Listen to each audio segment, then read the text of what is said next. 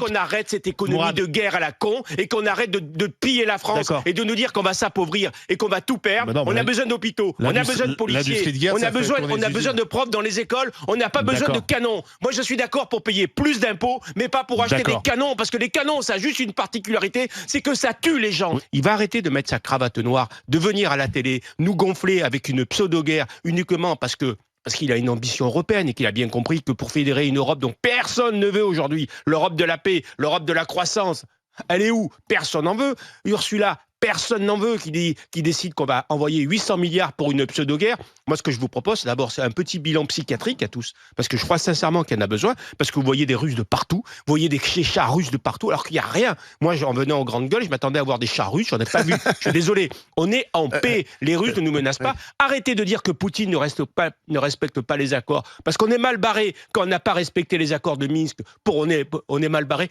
quand on n'a pas respecté les accords après la guerre froide, où on s'est engagé à ce qu'il n'y ait aucune base américaine en Ukraine, et que derrière, on n'en a eu rien à foutre, on en a installé. Donc, si les Russes ne respectent pas les accords, nous non plus. Donc, on verra bien ce qui se passera.